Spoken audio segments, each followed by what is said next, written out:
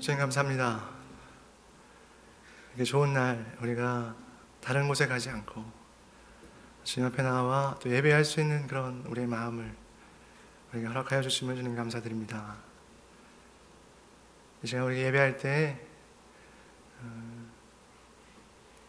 그 먼 곳 어디에 계신 하나님을 예배하는 것이 아니라 우리에게 가까이 찾아오시는 또 우리 가운데 와 계신 하나님을 바라보며 기쁨과 감사함으로 예배하는 이 시간 될 수 있도록 좀 인도하여 주시옵소서.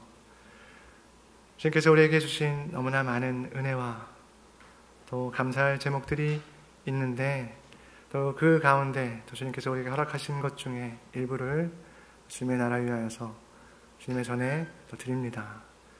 주님, 비록 적은 것일지 모르지만 또 우리가 믿음을 다하여서 주님 앞에 드린 이 예물이 주님의 나라 위하여서 귀하게 또 주님의 영광을 드러나는데 또 쓰임 받을 수 있도록 주님 축복하여 주시옵소서.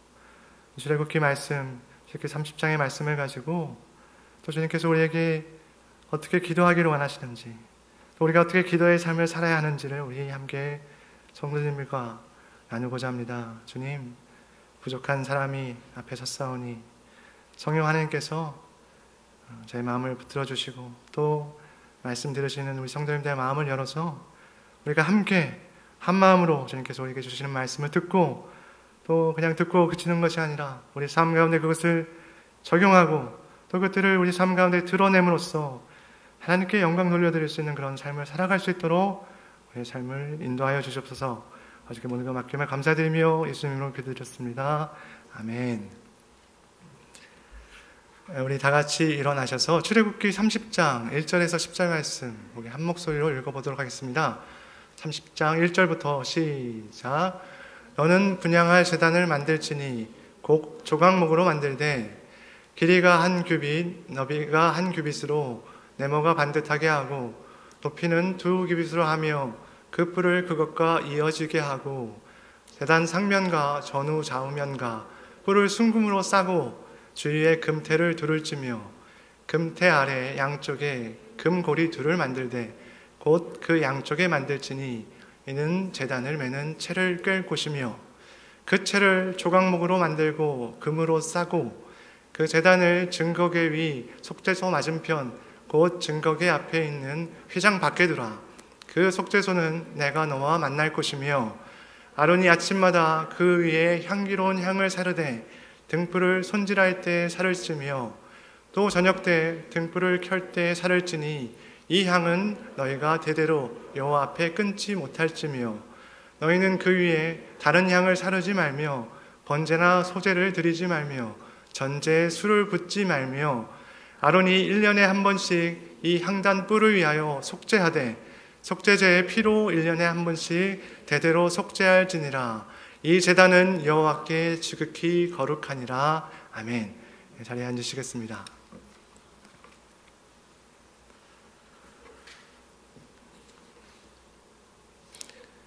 오늘 출애굽기 30장 1절에서 10절 말씀 가지고 기도의 단을 쌓으라 라는 제목으로 함께 말씀을 나누고자 합니다.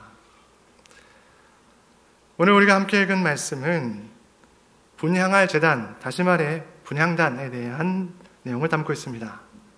분향이 뭔지 아십니까? 분향이라고 하는 것은 향을 피우는 것을 말합니다. 1절에 보니까 조각목으로 분향단을 만들라라는 하나님의 명령이, 또 2절에서 5절까지에는 분향단의 크기와 형태에 대한 설명이, 6절에는 분향단을 어디다 둘 것인가, 분향단의 위치가, 또 7절부터 9절까지는 향을 어떻게 피워야 되는가, 향을 피우는 규례가, 또 10절에는 분향단을 정결하게 하는 그 규례가 기록되어 있습니다. 분향단은 오늘 말씀에서 보신 것처럼 우리 성막이 성소와 지성소로 구분된다고 말씀을 드렸었는데요. 그 중에 이제 지성소가 더 하나님께서 증거궤를 2개 하시고 1년에 한 번 대제사장이 들어갈 수 있는 그런 더 거룩한 곳이죠. 근데 이 분향단은 지성소가 아니라 성소에 있는데 휘장 바로 앞에 중앙에 놓여지는 것입니다. 그 크기는 또 길이와 너비가 약 45cm, 또 높이가 90cm 그렇게 크지는 않은 것 같습니다. 그런 크기를 가지고 있는 그런 하나님의 성물이 되겠습니다. 성도님들, 향초를 피워보셨습니까? 네.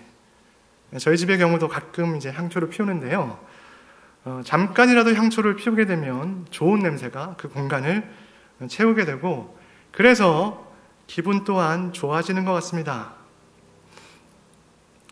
약 3주 전에 저희 집에서 밤에 불 위에 냄비를 올려놓고 깜박하는 바람에 집안에 이제 경보가 울리면서 하여튼 집안에 탄 냄새가 이렇게 가득하게 된 그런 적이 있습니다. 여러분, 음식의 탄 냄새 굉장히 불쾌합니다.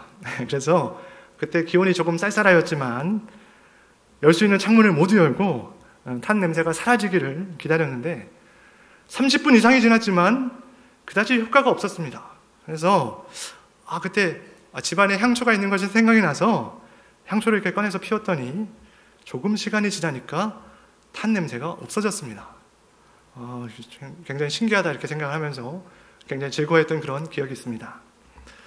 오늘 우리가 함께 읽은 출애굽기 30장 끝에 가보면 하나님께서 향을 어떻게 제조할 것인가를 직접 알려주십니다.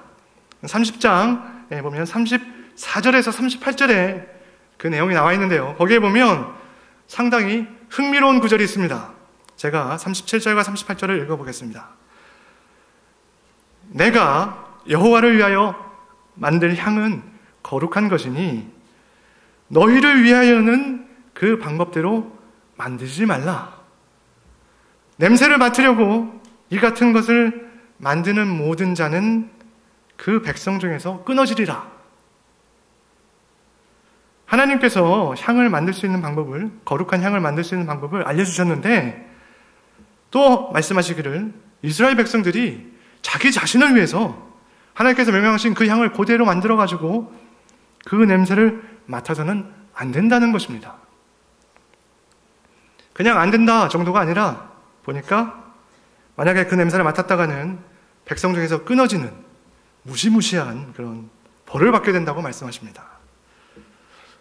그런데 성도님들, 하나님께서 이런 명령을 주신 것도 신기하지만 사실 하나님께서 향을 피우라고 하신 것 자체가 조금 신기하게 생각되지 않으십니까? 냄새를 맡는 것, 우리 인간들처럼 후각이 있어야 가능한 것인데, 그렇다면 하나님께서 우리와 같은 후각을 가지신 것일까요? 하나님께서 정말 냄새를 맡으시려고 좋은 냄새, 향을 피우라고 하신 것일까요? 성막에서 분향이 가지는 그 의미, 정확한 해석, 그리 쉽지 않다고 생각합니다. 그런데 성경에 보면 이러한 분향을 영적으로 해석할 수 있는 근거를 여러 개 찾아볼 수 있습니다. 시편 141편 2절에 보면 다윗이 다음과 같이 하나님께 부르짖습니다. 나의 기도가 주의 앞에 분향함과 같이 되며 나의 손 드는 것이 저녁 제사같이 되게 하소서. 또 누가복음 1장 10절에 보면은 다음과 같은 기록이 있습니다. 모든 백성은 그 분향하는 시간에 밖에서 기도하더니. 또한 요한계시록 5장 8절에는 그 두루마리를 취하심에 내 생물과 24장로들이 그 어린 양 앞에 엎드려 각각 검은 고와 향이 가득한 금 대접을 가졌으니 이 향은 성도의 기도들이라 라는 말씀이 있고요. 또 8장 3절과 4절에 보면은 또 다른 천사가 와서 제단 곁에 서서 금향로를 가지고 많은 향을 받았으니 이는 모든 성도의 기도와 합하여 보좌 앞 금 제단에 드리고자 함이라. 향연이 성도의 기도와 함께 천사의 손으로부터 하나님 앞으로 올라가는지라 라는 말씀이 있습니다. 정리를 해보자면 성막에서 피워지는 향, 그리고 향을 피우는 행위, 이것은 성도의 기도와 밀접한 관계에 있음을 우리가 알 수 있습니다.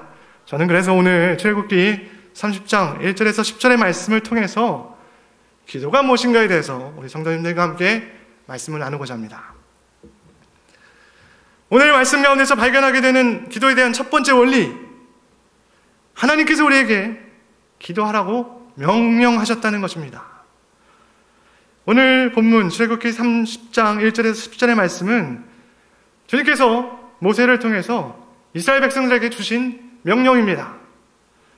7절과 8절에 보니까 대제사장 아론이 아침과 저녁으로 향을 피워야 했고 또 대대로 그 향이 여호와 앞에서 끊어지지 않도록 하라고 명령하셨습니다.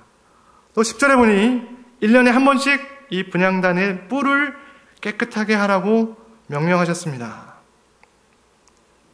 성도님들, 기도 그러면 어떤 것이 떠오르십니까? 혹시 나와는 조금 거리가 있는 것으로 생각되시는 거 아닙니까? 기도는 특별한 일이 있거나 특별한 필요가 있을 때에만 하는 것이라고 생각하시는 것은 혹시 아닌지요? 또는 기도는 특별한 사람들, 예를 들면 목사님이나 또 목자 목련인들처럼 신앙이 어느 정도 이제 수준에 다다라야 할 수 있는 것으로 혹시 생각하시는 것은 아닌지요? 아침 저녁으로 향을 사르고 1년에 한 번씩 분향단을 정결케 하는 일이 성경을 보니까 대제사장 아론에게 부여된 임무였지요. 그것은 사실입니다. 그렇지만 그것이 하나님께 분향하는 일이 다른 사람들과는 전혀 상관없는 일이다, 그런 의미는 아니라고 생각합니다. 아론은 선택된 자로서 이스라엘 백성 전체를 대표해서 그 일을 감당한 것입니다.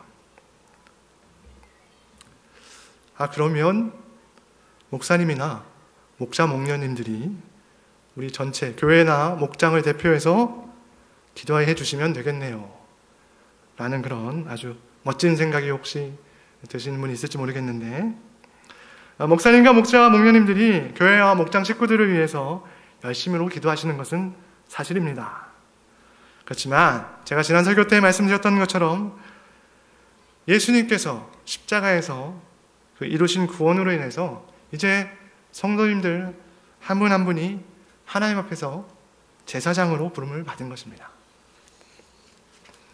따라서 기도는 소수의 특별한 사람만이 할 수 있는 일이 아니고, 내가 나 자신의 기도 제목을 가지고 하나님 앞에 나아가 기도할 수 있고, 내가 또 다른 사람의 기도 제목을 가지고, 또 목장과 교회 전체의 기도 제목을 가지고 하나님 앞에 나아가 기도할 수 있는 것입니다. 뿐만 아니라 이제 기도는 몇몇 사람에게만 부여된 임무가 아니라 우리 모두에게, 또 예수 그리스도를 구주로 영접한 성도 한 사람 한 사람에게 부여된 임무인 것입니다. 전도사님, 기도가 쉽지 않아요. 뭘 기도해야 될지도 잘 모르겠고 기도할 시간을 내기도 쉽지 않습니다. 네, 맞습니다. 쉽지 않습니다. 기도는 호흡이다, 이런 말이 있습니다. 여러분 들어보셨나요? 사실 기도, 숨 쉬는 일처럼 자연스럽고 또 쉬운 일은 아닙니다. 기도는 호흡이라는 표현이 기도가 숨 쉬는 것처럼 자연스럽고 쉬운 일이다라는 의미를 나타낸다기보다는 우리 영혼에 있어서 기도가 없어서는 안 된다, 그런 의미를 강조하는 표현이라고 생각합니다. 기도는 쉬운 일이 아닙니다. 기도는 거룩한 노동입니다. 제가 출애굽기, 또 레위기, 민수기, 신명기를 읽으면서 가끔씩 드는 생각은 제사장의 직분이 참 힘들고 수고스러운 일이었겠다라는 그런 생각입니다. 수많은 백성들 가운데 선택받은 자로서 특별한 직분을 감당하는 것, 너무나 영광스럽고 또 감사한 일이죠. 한마디로 가문의 영광이다, 이렇게 얘기할 수 있을 것입니다. 그렇지만 그것은 결코 수고와 헌신 없이 감당할 수 없는 일이었습니다. 너희는 그 위에 다른 향을 사르지 말며 번제나 소제를 드리지 말며 전제에 술을 붓지 말며 라고 명령하신 9절의 말씀처럼 제사장은 하나님께서 정해주신 규례대로 어긋남 없이 맡은 일을 감당해야 했으며, 매일 아침 저녁으로 분양을 하는 것, 그 외에도 여러 가지 그런 일들을 계속해서 감당해야 했습니다. 때로는 아마 지루하고 귀찮게 느껴졌을지도 모르겠습니다. 즐거워서 재미있어서 감당한 것이 아니고 또 저절로 되는 일이어서 감당한 것도 아닙니다. 하나님께서 명하신 일이기 때문에 감당한 것입니다. 오늘 열린예배에 나오신 성도님들께서는 기도의 권리를 얼마나 누리고 계시고 또 기도의 책임을 얼마나 감당하고 계십니까? 이런 표현이 맞는 것인지는 모르겠지만 혹시 우리는 기도에 큰 빚을 지고 있는 것은 아닙니까? 하나님께서 우리를 교회로 또 공동체로 부르신 것은 서로를 위해 기도하는 존재가 되도록 하신 것이라고 저는 생각합니다. 우리의 신앙이 항상 좋을 수는 없습니다. 우리의 삶이 항상 평안할 수는 없습니다. 우리 가운데 기도하는 것에 어려움을 느끼는 사람, 힘들어하는 사람이 있을 수 있는 것입니다. 그렇다면 현재 그보다 나은 형편에 있는 사람이 공동체가 또 그 사람을 위해서 기도해야 하는 것입니다. 내가 남보다 형편이 나아야 기도할 수 있다, 그런 얘기를 하는 것은 아닙니다. 서로 기도로서 도와야 한다는 이야기를 하는 것입니다. 내가 하나님의 은혜 가운데 다른 사람들의 기도 가운데 어려움으로부터 벗어나게 되었다면 나 자신이 빚진 자인 것을 깨닫고 자신과 같은 어려움을 당하는 사람, 그런 사람들이 없는지 살피고 또 자신이 도움을 받았던 것처럼 다른 사람을 기도로 돕는 자로 살아야 하지 않겠습니까? 혹시 우리 교회 가운데, 공동체 가운데 우리가 기도로 돕지 못했기에 여전히 어려움을 겪는 그런 사람이 있지는 않은지요? 사무엘상 12장 23절에 보면 사무엘이 이스라엘 백성들에게 다음과 같이 이야기합니다. 나는 너희를 위하여 기도하기를 쉬는 죄를 여호와 앞에 결단코 범하지 아니하고. 기도를 필요로 하는 이스라엘 백성들을 위해서 기도하기를 쉬는 것은 하나님 앞에서 죄 짓는 것이라고 사무엘은 이야기했습니다.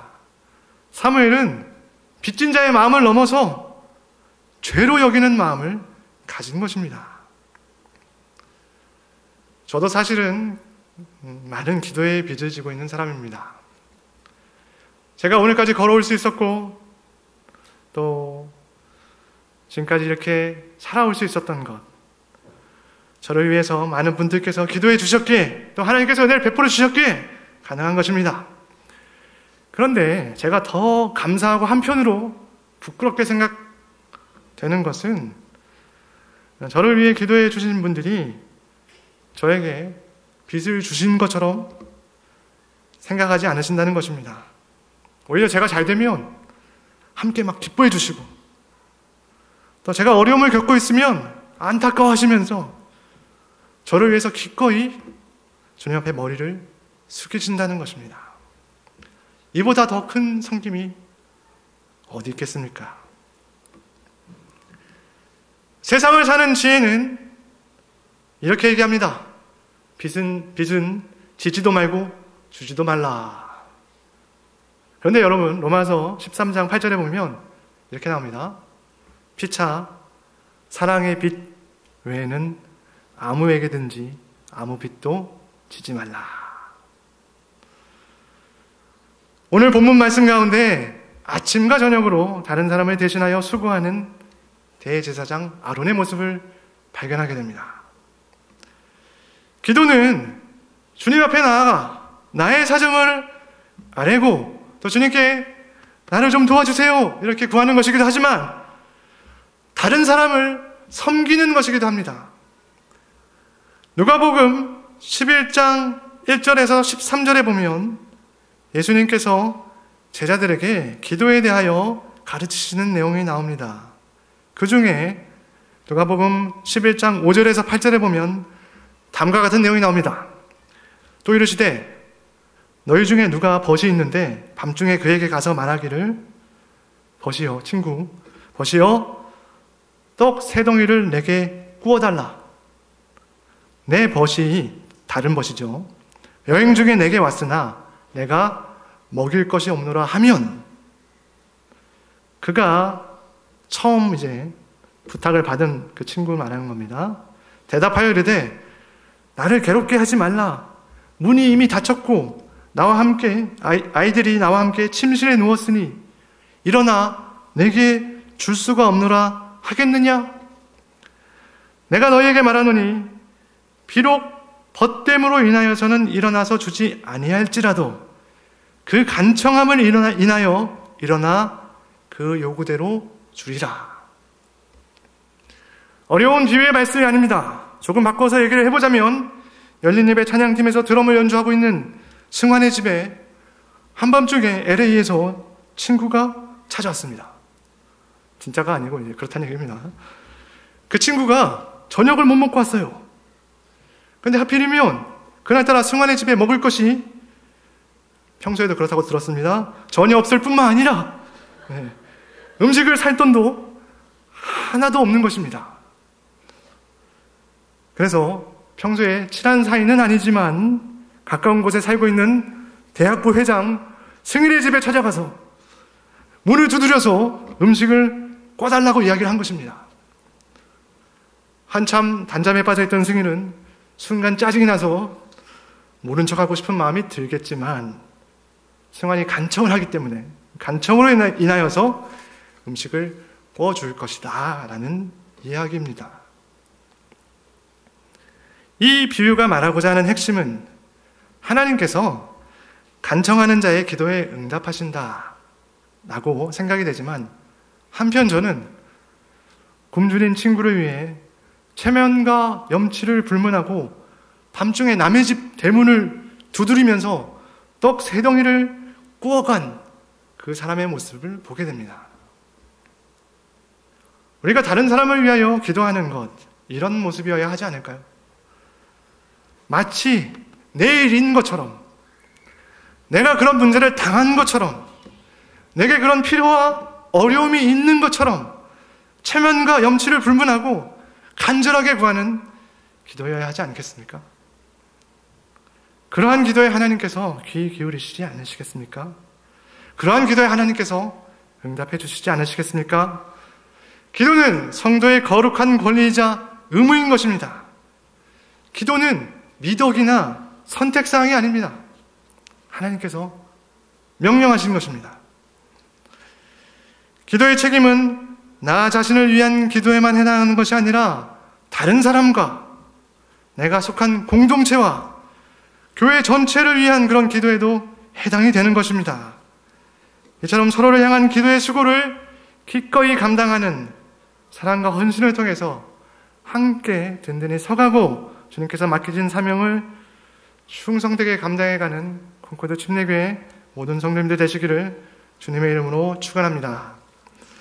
오늘 본문 말씀 가운데 발견하게 되는 기도에 대한 두 번째 원리는, 기도는 계속되어야 한다는 것입니다. 오늘 본문 출애굽기 30장 8절 하반절에 보면 이렇게 나옵니다. 이 향은 너희가 대대로 여호와 앞에 끊지 못할지며. 저는 기도에 있어서 가장 도전이 되는 부분 중에 하나가 기도를 멈추지 않는 것이라고 생각합니다. 누가복음 18장 1절에 보면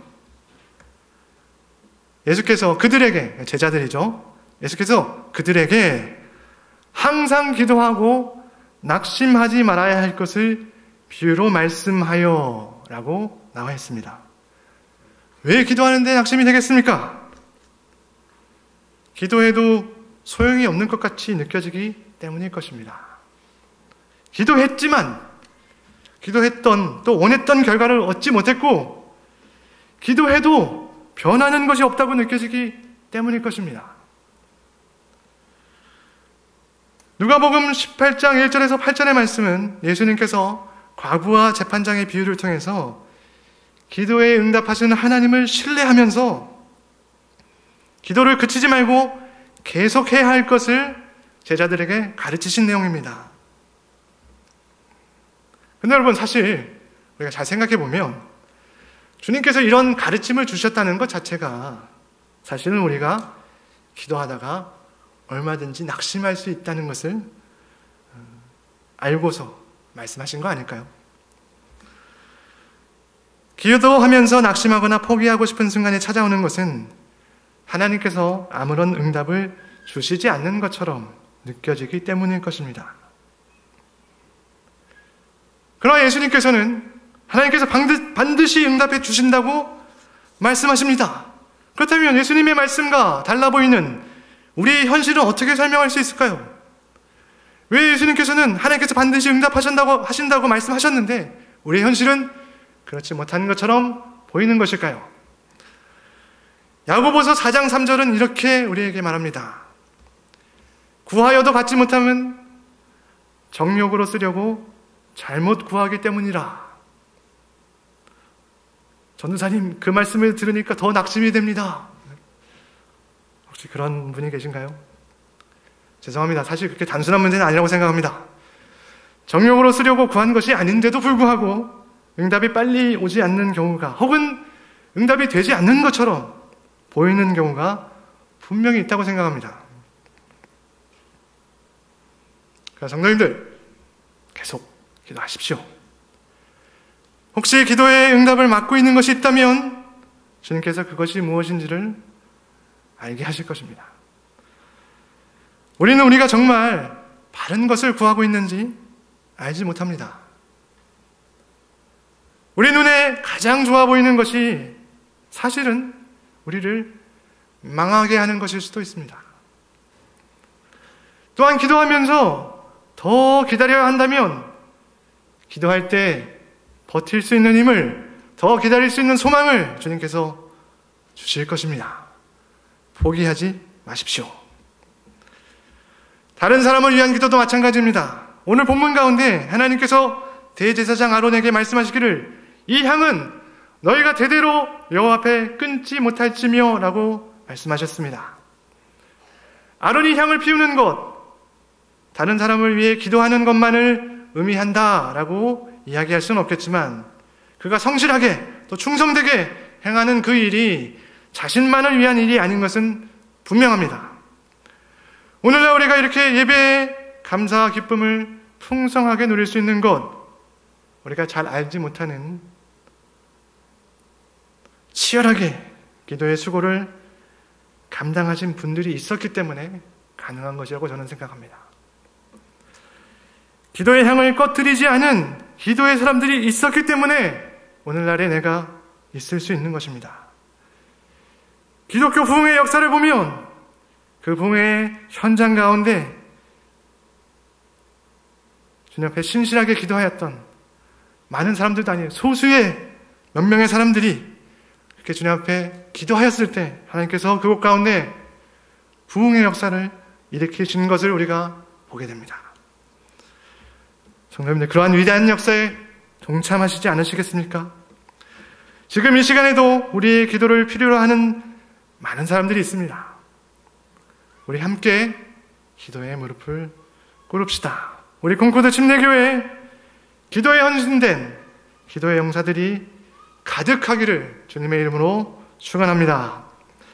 오늘 본문 가운데 발견하게 되는 기도에 대한 세 번째 원리는, 기도는 우리 신앙생활의 중심에 있다는 것입니다. 오늘 본문 6절은 이렇게 기록되어 있습니다. 그 제단을 증거계 위 속죄소 맞은편 곧 증거계 앞에 있는 휘장 밖에 두라. 그 속죄소는 내가 너와 만날 곳이며, 증거계와 그 속죄소는 하나님께서 자신의 임재를 가장 강력하게 충만하게 드러내시는 장소입니다. 그런데 증거계는 성막의 지성소의 중앙에 위치하고 있습니다. 성막의 지성소는 1년에 단 하루 대제사장이 대속죄일에 혼자만 들어갈 수 있는 곳입니다. 그러한 지성소를 성소로부터, 그러니까 성소와 지성소가 있다고 했는데 성소와 지성소 사이에는 휘장이 있습니다. 그런데 그 휘장 바깥쪽, 성소 쪽에 분향단을 두라고 말씀하셨는데 그것도 가운데, 그러니까 다시 말해서 성소 가운데 위치하면서 지성소 쪽에 가장 가까운 곳에 분향단이 위치하고 있는 것입니다. 여러분, 기도는 신앙생활의 중심입니다. 기도하는 자는 하나님께 더 가까이 나아가게 됩니다. 하나님의 임재를 더 경험하게 됩니다.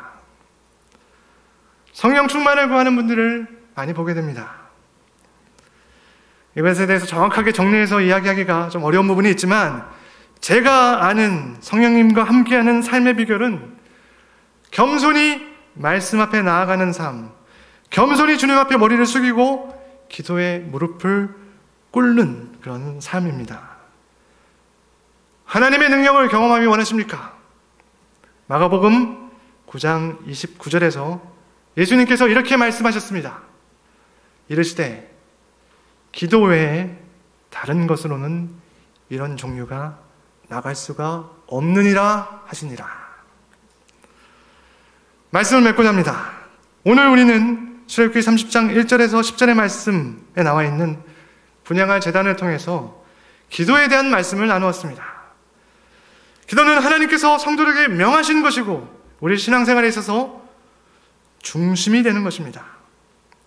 우리 각자의 삶에서 기도가 멈춰져서는 안 됩니다. 또한 우리 콩코드 침례교회는 기도의 향이 끊어지는 그런 교회가 되어서는 안 됩니다. 온 성도의 끊임없는 기도를 통해서 영혼을 구원하는 교회, 영혼을 돌보는 교회, 지도자를 양육하는 교회로 우리 콩코드 교회가 든든히 서가기를 주님의 이름으로 축원합니다. 우리 이 시간 우리 함께 불렀던 찬양 온 마음 다해 함께 일어나서 찬양하시겠습니다.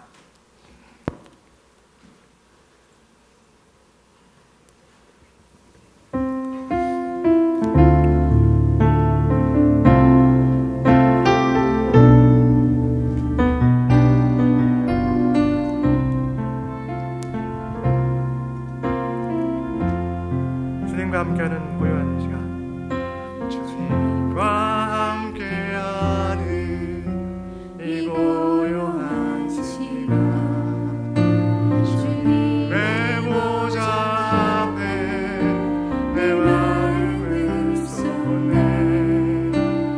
모든 것 아시는 주님께 감출 것 없네. 내 마음과 정성 다해 바라나이다. 온 맘 다해, 온 맘 다해 사랑합니다. 온 맘 다해 주 알기 원하네. 내 모든 삶 당신 것이니 주만 섬기리. 온 맘 다해 나 염려하잖아도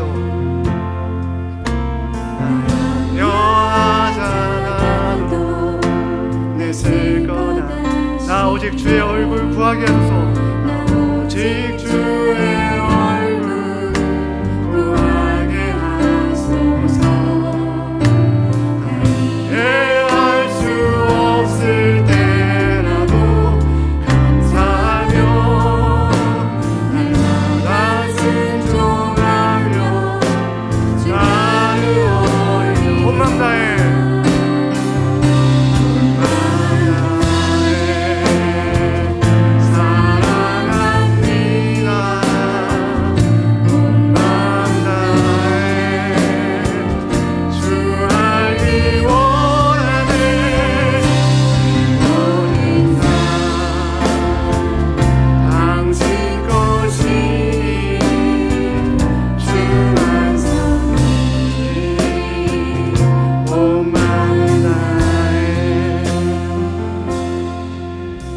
짧게 기도하겠는데요. 이 시간 기도하실 때 우리 교회 가운데, 우리 공동체 가운데 하나님께서 혹시 나로 하여금 기도로 도우라고 하시는 사람이 혹시 있지 않은지 주님의 뜻을 구하시고 주님께서 들려주시는 음성이 있다면 그 사람을 위해 기도하시고, 그렇지 않다면 우리가 속한 목장, 우리의 부서, 우리 교회를 위해서 함께 간구하는 그런 기도 함께 하시겠습니다.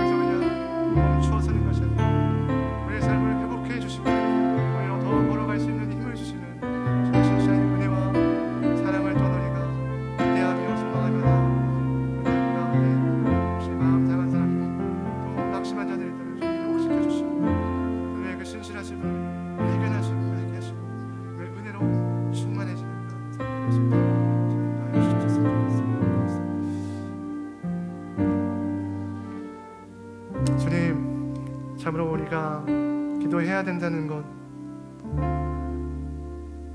너무나 잘 알고 있지만 그런 삶을 살고 있지 못합니다. 주님, 용서하여 주시옵소서. 오늘 출애굽기 말씀을 가지고 주님께서 우리에게 원하시는 기도가 어떤 것인가 배우는 시간을 가졌습니다. 주님, 주께서 명령하신 그 기도 끊이지 말고 또 다른 사람들을 섬기는 그런 기도를 우리에게 하기 원하시는 주님의 그 명령을 또 원하심을 기대를 우리 삶 가운데 따라가는 또 이루어드리는 콩쿠드 침례교회가 될 수 있도록 주님 인도하여 주시옵소서. 우리 가운데 우리도 기도를 필요로 하지만 또 우리의 기도를 필요로 하는 많은 사람들이 있습니다. 주님, 무릎 꿇게 하시고 기도를 그냥 머리로 하는 것이 아니라 기도를 체험하는, 기도의 능력을 알아가고 체험하고 또 그것으로 인해서 더욱 기도를 사모하는 우리의 삶이 될 수 있도록 좀 인도하여 주시옵소서. 우리 콩쿠드 침례교회가 그런 교회가 될 수 있도록 좀 인도하여 주시옵소서. 아직도 모든 것 맡겨오며 감사드리며 예수님으로 기도드렸습니다. 아멘. 주님께서 우리에게 가르쳐 주신 기도로 예배 마치겠습니다. 하늘에 계신 우리 아버지여, 이름이 거룩히 여김을 받으시오며 나라의 임하옵시며 뜻이 하늘에서 이루어진 것 같이 땅에서도 이루어지이다. 오늘날 우리에게 일용할 양식을 주옵시고 우리가 우리에게 죄 지은 자를 사하여 준 것 같이 우리의 죄를 사하여 주옵시고 우리를 시험에 들게 하지 마옵시고 다만 악에서 구하옵소서. 대개 나라와 권세와 영광이 아버지께 영원히 싸움나이다. 아멘.